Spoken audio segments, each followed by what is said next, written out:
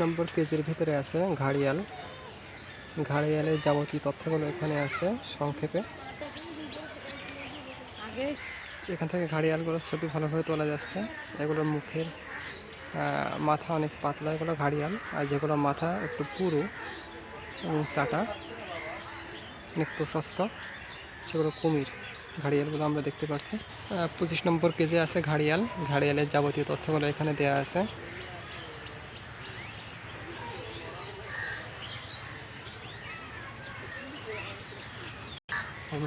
26 নম্বর KG আছে কুমির।